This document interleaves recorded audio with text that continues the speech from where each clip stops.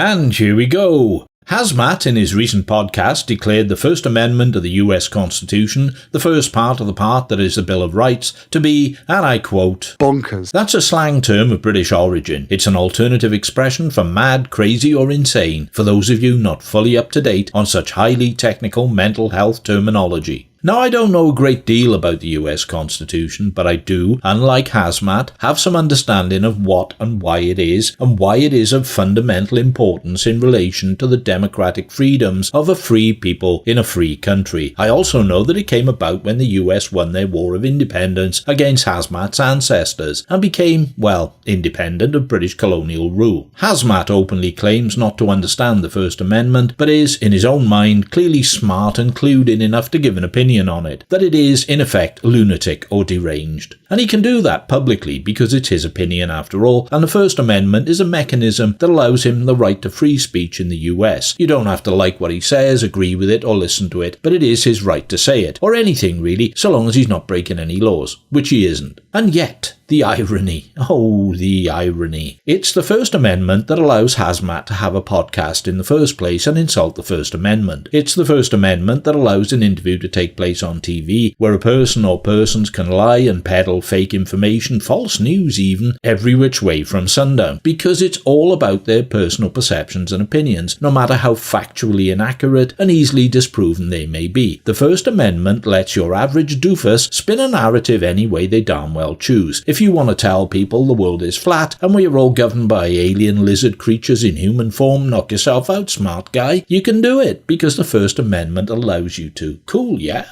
I don't actually think Hazmat is so intellectually bankrupt that he fails to understand the concept of free speech, freedom of the press, and so forth. And even if he was, I'm sure his wife would explain it to him with a laser pointer and some primary school level PowerPoint presentation, one with lots of pictures. What I do think he has trouble getting his head around is the fundamental equity of the thing, that this right and privilege extends to all, not just governments or the societal elite, not just the brightest and most intelligent, but also the dimmest and most impenetrably thick. The common, ordinary people, the hoi polloi, the working men and women, the peasantry, the servants and menials, those of lower social standing. Yes, the First Amendment has them covered. It ain't just for ex-royal egocentrics and the rich and famous, it's for everyone, because if it wasn't, there wouldn't be anyone to disagree, argue, question or hold anyone to account. And I think this is what ruffles his brain cell. That the lower classes, the less glittery, cosmetically enhanced and auspicious in society, can conceive an opinion and express it openly. That unless they break any laws, the press, the media, has the freedom to do and say whatever it chooses to do or say. I know, how dare they, right? But there it is. Bonkers. I mean, free speech. What would these troglodytes do with such a thing? The very idea.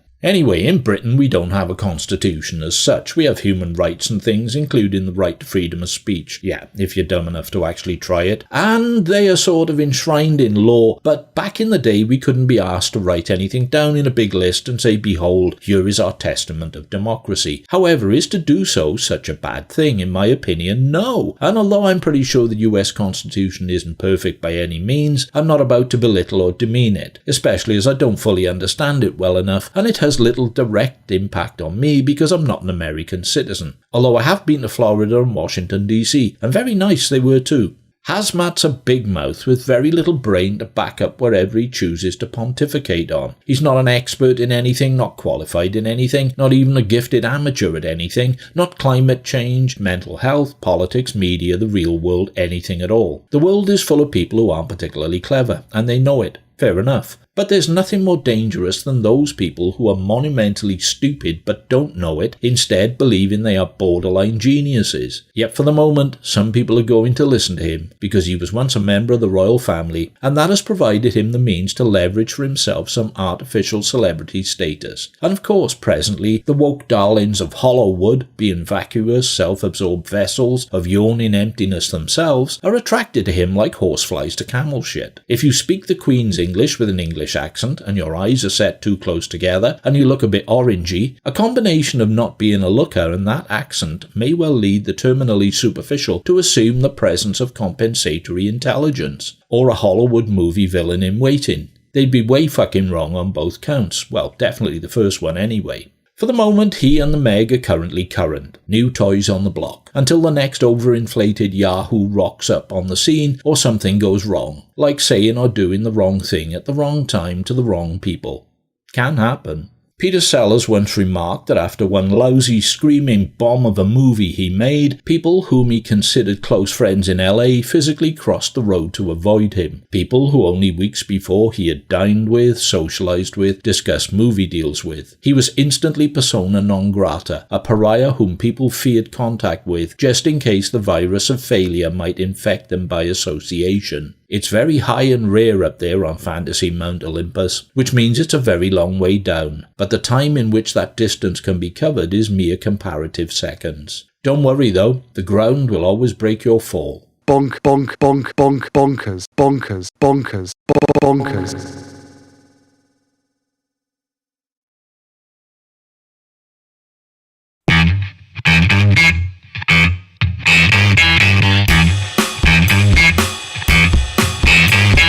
Something in your mindset gets you in the gang. Didn't go to Wheaton, they can go and hang. Look into the gallows to make a bigger bang. Your soul living in a crawl space. Your soul living in a crawl space.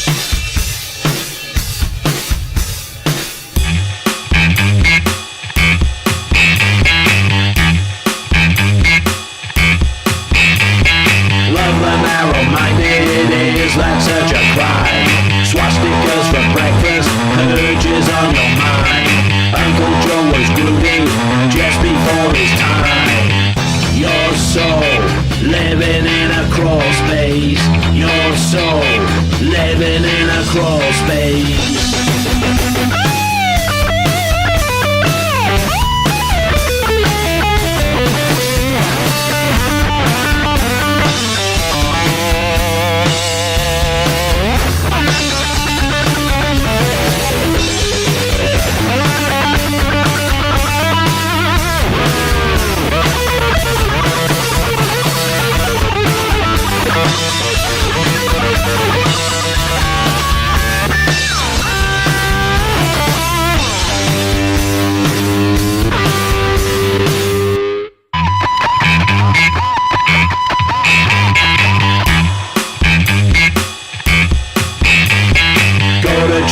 Sunday, pray for what it's worth.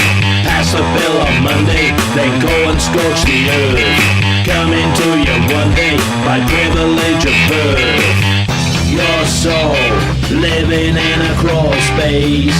Your soul living in a crawl space.